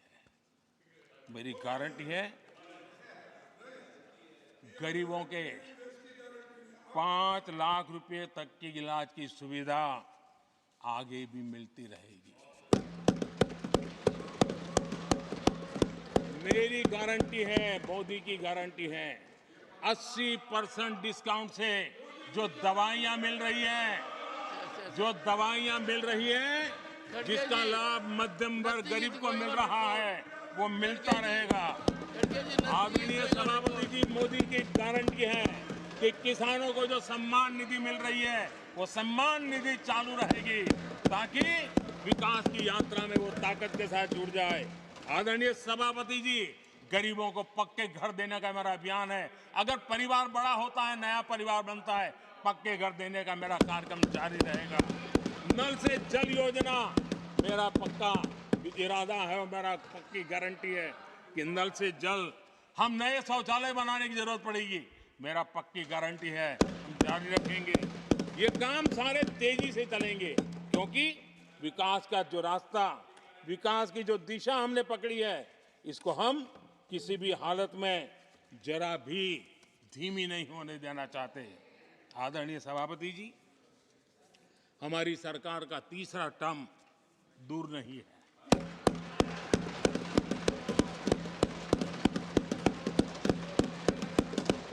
कुछ लोग इसे मोदी 3.0 कहते हैं। मोदी 3.0 विकसित भारत की नींव को मजबूत करने के लिए पूरी शक्ति लगा देंगे। आदरणीय सभापति जी, अगले 5 साल में भारत में डॉक्टरी की संख्या पहले की तुलना में अनेक गुना बढ़ेगी। मेडिकल कॉलेजों की संख्या बढ़ेगी। इस देश में इलाज बहुत सस्ता और सुलभ हो जाएगा। आदरणीय सभापति जी, अगले 5 साल में हर गरीब के घर में नल से जल का कनेक्शन होगा। आदरणीय सभापति जी, आने वाले 5 साल में उन गरीब को पीएम आवास जो देने हैं, एक भी वंचित नहीं रहे, इसका पक्का ख्याल रखा जाएगा। अगले 5 साल सोलर पावर से बिजली बिल जीरो। देश के कितने नागरिकों, करोड़ों नागरिकों को बिजली बिल जीरो। और ठीक अगर आयोजन करेंगे तो अपने घर पर बिजली बना करके बेच करके कमाई कर पाएंगे। ये अगले 5 साल का कार्यक्रम है। आदरणीय सभापति जी, अगले 5 साल देश में पाइप से गैस के कनेक्शन पूरे देश में नेटवर्क बनाने का भरपूर प्रयास किया जाएगा। सभापति जी, आने वाले 5 साल हमारी युवा शक्ति का दम पूरी दुनिया देखेगी। आप देखना आदरणीय सभापति जी, हमारे युवा स्टार्टअप्स, युवाओं के यूनिकॉर्न, इसकी संख्या लाखों में होने वाली है। और इतना ही नहीं, टियर 2, टियर 3 सिटी नए स्टार्टअप से उसकी एक नई पहचान के साथ उभरने वाला है। ये मैं 5 साल का चित्र मेरे सामने देख रहा हूं। आदरणीय सभापति जी, रिसर्च फंडिंग, उसकी वृद्धि का प्रभाव आप देखना। पिछले 7 दशक में जितने पेटेंट नहीं हुए हैं, उतने रिकॉर्ड पेटेंट फाइल होने का दिन आने वाले 5 साल में मैं देख रहा हूं। आदरणीय सभापति जी, आज मेरे मध्यम वर्ग के लाखों बच्चे विदेशों में पढ़ने के लिए चले जाते हैं।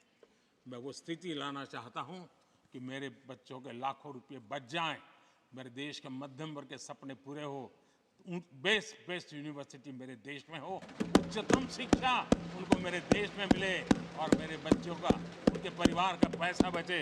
इसलिए मैं कह रहा, आदरणीय सभापति जी, आने वाले 5 साल आप देख रहा, कोई भी इंटरनेशनल खेल की कंपटीशन ऐसी नहीं होगी जिसमें भारत का झंडे हर जगह बढ़ना था। मैं देखने वाला हूं 5 साल खेल जगत के अंदर दुनिया में भारत के युवा की शक्ति की पहचान देने। आदरणीय सभापति जी, आने वाले 5 साल में भारत का पब्लिक ट्रांसपोर्ट पूरी तरह ट्रांसफॉर्म होने वाला है। अगले 5 साल में गरीब और मिडिल क्लास को तेल और शानदार यात्रा की सुविधाएं बहुत आसानी से मिलने वाली है, तेज मिलने वाली है, पूरी ताकत से व्यवस्था होने वाली है। अगले 5 साल में देश बुलेट ट्रेन भी देखेगा और देश वंदे भारत ट्रेन का विस्तार भी देखेगा। आदरणीय सभापति जी, अगले 5 साल में आत्मनिर्भर भारत का अभियान नई ऊंचाई पर होगा। देश हर क्षेत्र में आत्मनिर्भर होता नजर आएगा। आदरणीय सभापति जी, आने वाले 5 साल में मेड इन इंडिया सेमीकंडक्टर दुनिया में हमारी गूंज होगी। इलेक्ट्रॉनिक हर गुड्स में वो चिप होगी जिसमें किसी न किसी भारतीय का पसीना होगा। आदरणीय साहब, दुनिया के इलेक्ट्रॉनिक बाजार में एक नई गति का सामर्थ्य आने वाले 5 साल में देश देखेगा। आदरणीय सभापति जी, आज देश लाखों करोड़ रुपए का तेल इंपोर्ट करता है। अपनी ऊर्जा जरूरतों के लिए हम ज्यादा से ज्यादा आत्मनिर्भर बनने की दिशा में काम करेंगे और मुझे विश्वास है हम ऊर्जा जरूरतों पर जो डिपेंडेंसी है वो कम करने में सफल होंगे। इसे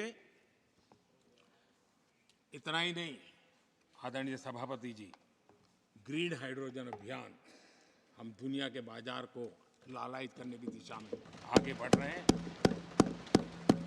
हमारा ग्रीन हाइड्रोजन ऊर्जा जरूरतों को पूरा करने का सामर्थ्य रहेगा। इथेनॉल की दुनिया में हम तेजी से आगे बढ़ रहे हैं। हम 20% का लक्ष्य प्राप्त करके हमारे लोगों को ट्रांसपोर्टेशन में सस्ता मिले, इसकी व्यवस्था होगी।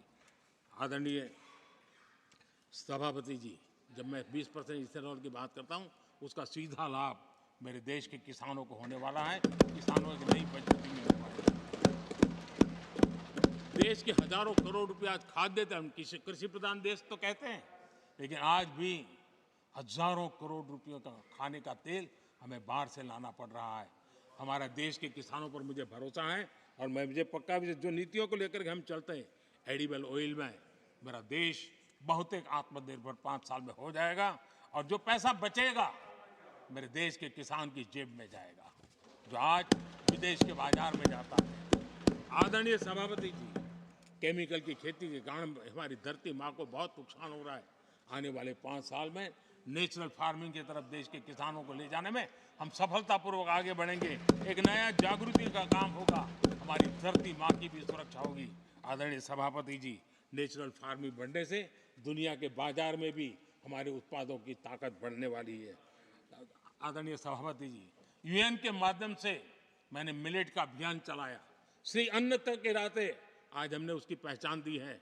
मैं वो दिन दूर नहीं देखता हूं, जबकि आने वाले 5 साल में दुनिया के बाजार में सुपर फूड के रूप में मेरे गांव के छोटे छोटे किसानों के द्वारा पैदा हुआ मिलेट, श्री अन्न, दुनिया के बाजार में प्रतिष्ठा होगी, सुपर फूड की प्रतिष्ठा होगी।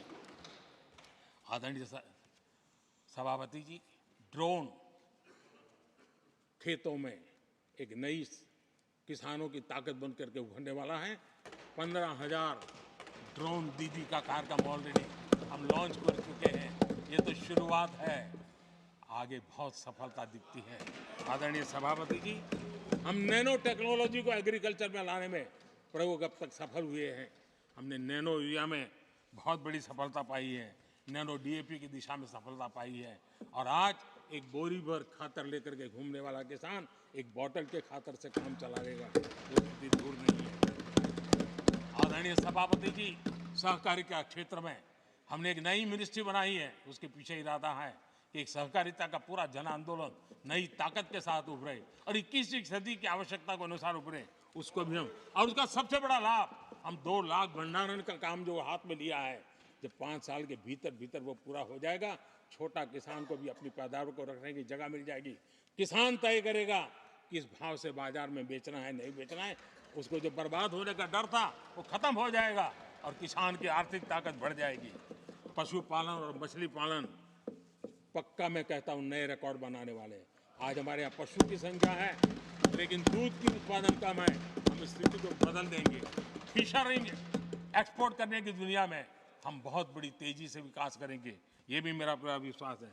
हमने एफपीओ की जो रचना का प्रारंभ किया है, अनुभव बहुत अच्छा है। 5 साल के भीतर किसानों की एक नई संगठन की शक्ति और कृषि उत्पादन में वैल्यू की ताकत, ये लाभ मेरे देश के किसानों को अवश्य मिलने वाला है। आदरणीय सभापति जी, G20 की सफलता ने साफ कर दिया है और दुनिया में कोविड के बाद जो खुलापन आया, उस खुलापन का सबसे बड़ा लाभ हमने देखा है कि विश्व का ध्यान भारत की तरफ गया है और इसलिए एक बहुत बड़ा क्षेत्र टूरिज्म आने वाले दिनों में होने वाला है और जो सबसे ज्यादा रोजगार देने वाला है। आज विश्व के कई देश हैं जिसकी पूरी इकोनॉमी टूरिज्म पर निर्भर है। भारत में भी बहुत से राज्य ऐसे बन सकते हैं जो उनकी पूरी इकोनॉमी का सबसे बड़ा हिस्सा टूरिज्म होगा और वो दिन दूर नहीं है। जिन नीतियों को लेकर के हम चल रहे हैं, भारत एक बहुत बड़ा टूरिस्ट डेस्टिनेशन बनने वाला है। आदरणीय सभापति जी, जिसका हिसाब किताब पहले बहुत कम हुआ करता था, जिसकी बातें सुन करके हमारी मजाक उड़ाई जाती थी, जब मैं डिजिटल इंडिया की चर्चा करता था, जब मैं फिनटेक की चर्चा करता था, तब मैं जरा आउट ऑफ बॉक्स के बातें कर रहा हूँ ऐसा लोगों को लगता था। आउटडेटेड सोच वालों के लिए सामर्थ्य का अभाव था। लेकिन मैं पूरा विश्वास से कहता हूँ आदरणीय सभापति जी, आने वाले 5 वर्ष डिजिटल इकोनॉमी की दुनिया में भारत का डंका बजने वाला है। भारत एक नई शक्ति है और डिजिटल व्यवस्थाएं भारत के सामर्थ्य को बढ़ाने वाली है। विश्व मानता है कि एआई का सबसे ज्यादा उपयोग कोई करने का सामर्थ्य किसी देश में होगा तो हिंदुस्तान में होगा। लेटेस्ट से लेटेस्ट टेक्नोलॉजी का उपयोग मेरा देश करेगा। आदरणीय सभापति जी, स्पेस की दुनिया में भारत का नाम रोशन हो रहा है। हमारे वैज्ञानिकों का पराक्रम नजर आने वाला, और आने वाले 5 साल का जो कार्यक्रम है ना, मैं आज उसको शब्दों में बयान नहीं करना चाहता हूं, लेकिन विश्व को अचंभित करने की दिशा में हमारे वैज्ञानिक स्पेस की दुनिया में भारत को ले जाएंगे, ये मेरा पक्का विश्वास है। आदरणीय सभापति, ग्रासरूट लेवल की इकोनॉमी में बहुत बड़ा बदलाव, 10 करोड़ स्वयं सहायता जूथों में हमारी माताएं बहनें जुड़ी हो, और 3 करोड़ हमारी लखपति दीदी, ये अपने आप में हमारे बेटियों के उत्कर्ष की गाथा लिखते हैं। आदरणीय सभापति जी, ऐसे अनेक विविध क्षेत्र हैं जिस क्षेत्र में मैं साफ देख रहा हूं आने वाले 5 साल भारत, कभी हम सुना करते थे स्वर्णिम युग था, मुझे वो दिन दूर नहीं दिखते जब 5 साल में वो मजबूत नींव आएगी और 2047 तक पहुंचते पहुंचते ये देश उस स्वर्णिम युग को फिर से जीने लगेगा। इस विश्वास के साथ आदरणीय सभापति जी, विकसित भारत ये शब्दों का खेल नहीं है, ये हमारा कमिटमेंट है, और इसके लिए हम समर्पित भाव से, हमारी हर सांस उस काम के लिए है, हमारी हर पल उस काम के लिए है, हमारी हर सोच उस काम के लिए समर्पित है। उसी एक भावना के साथ हम चले हैं, चल रहे हैं, चलते रहेंगे, और देश आगे बढ़ता रहेगा, ये मैं आपको विश्वास देता हूं।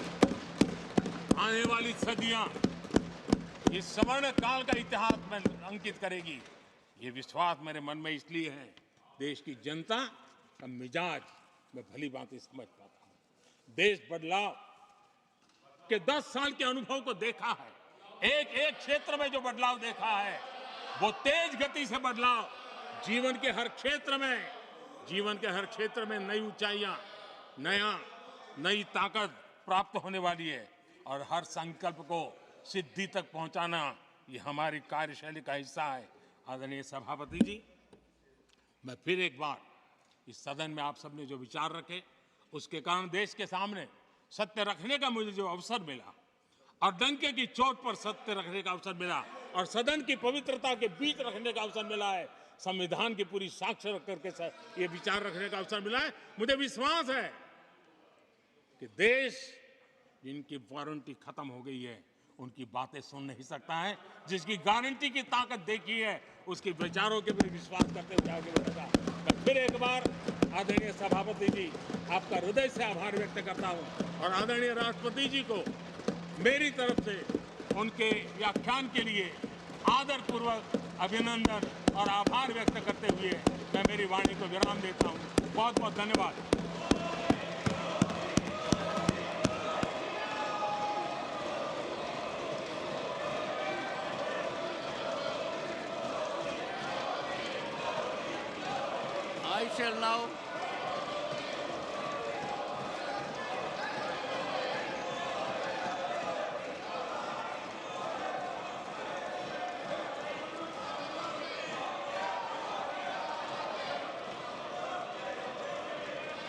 I shall now put the amendments which have been moved to vote.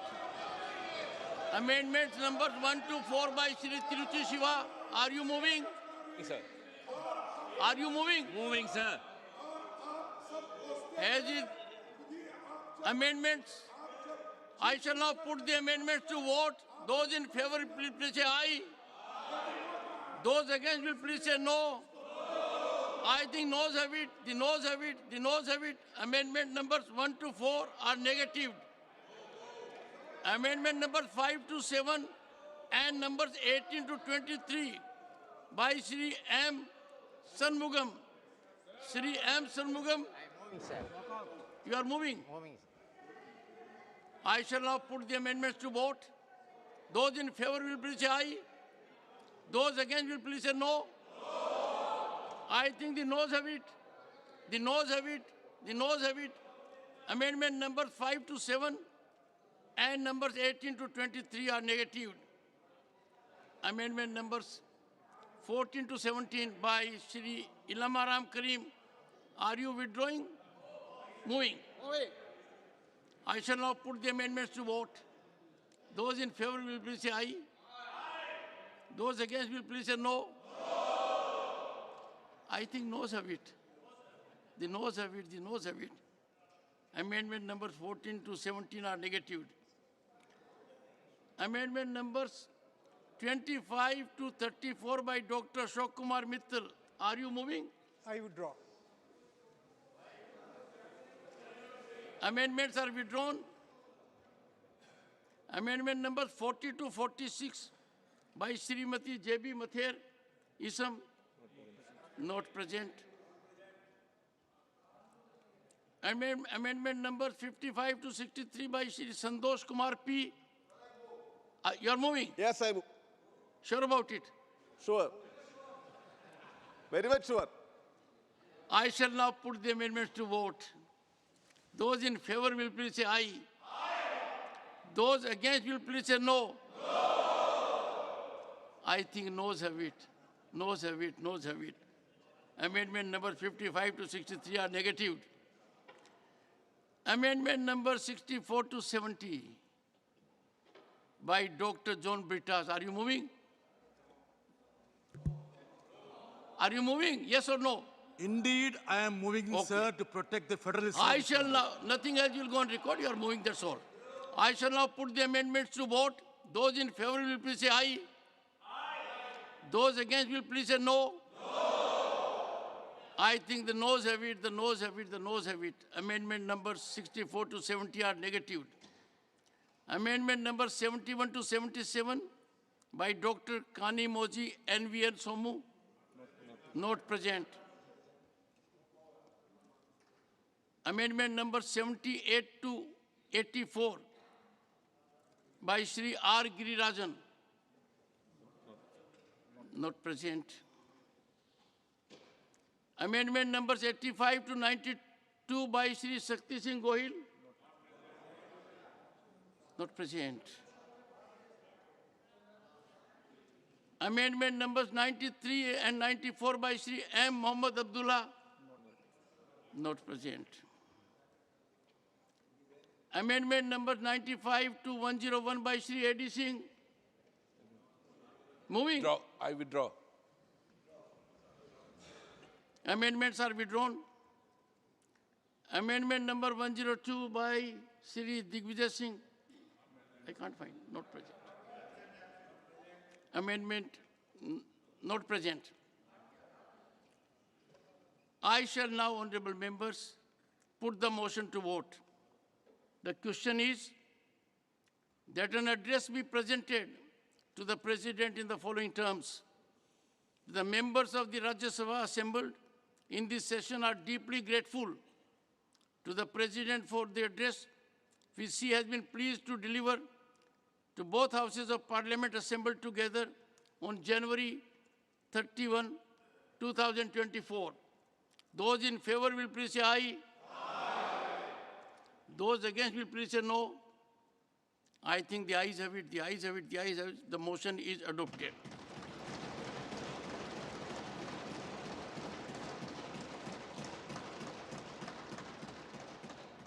Honorable members may recall that Business Advisory Committee at its meeting held on 1st February 2024 had allotted 8 hours for combined discussion for the financial business, which includes general discussions on interim union budget and interim budget for Union Territory of Jammu and Kashmir, and consideration and return of 4 appropriation bills and the Finance Bill 2024. In today's list of business, only the general discussion on the interim budget are listed, as the bills are yet to be transmitted from the other house. In view of the combined time allotment by the BSE, I suggest the House may devote 4 hours for general discussions listed